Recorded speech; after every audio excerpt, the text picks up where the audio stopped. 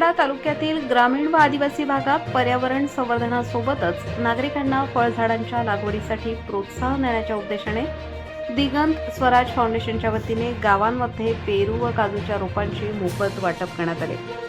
पावसाळ्याच्या पार्श्वभूमीवर राबवण्यात आलेल्या या उपक्रमाला ग्रामस्थांकडून उत्स्फूर्त प्रतिसाद मिळाला। या उपक्रमांतर्गत मुरंबी, उंबूर, रणपाडा, भूतपाडा आणि बुरुडपाडा या गावांमध्ये पेरूच्या रोपांचे वाटप करण्यात आले। या गावांसाठी एकूण 5 पिकअप वाहनांमधून पेरूची झाडे आणून गावागावात पोहोचवण्यात आली। तसेच शिगारपाडा, मांडवी बहरा, पाटरपाडा आणि चिंचपाडा या गावांमध्ये काजूच्या रोपांचे वाटप करण्यात आले। दिगंत स्वराज फाउंडेशनचे कर्मचारी रामचंद्र बदादे आणि त्यांच्या टीमने गावागावात प्रत्यक्ष जाऊन नागरिकांना ही झाडे मोफत वाटप केली। ग्रामस्थांना रोपे देतानाच त्यांची योग्य पद्धतीने लागवड, निगा आणि संरक्षण करण्याबाबत मार्गदर्शन करण्यात आले। मोखाडा तालुका हा आदिवासी व ग्रामीण भाग मोठ्या प्रमाणावर असलेला तालुका असून येथील नागरिकांचे जीवन शेती व निसर्गाशी जोडलेले आहे। त्यामुळे फळझाडांची लागवड पर्यावरण संवर्धनाबरोबरच भविष्यात ग्रामीण कुटुंबांच्या उत्पन्न वाढीसाठीही महत्त्वपूर्ण ठरू शकते।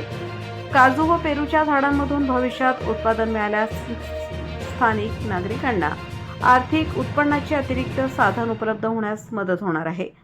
पावसाळ्यातील पोषक वातावरणाचा फायदा घेत ग्रामस्थांनी मिळालेल्या रोपांची योग्य ठिकाणी लागवड करून त्यांचे नियमित संगोपन व संरक्षण करावे असे आवाहन फाउंडेशनच्या वतीने करण्यात आले।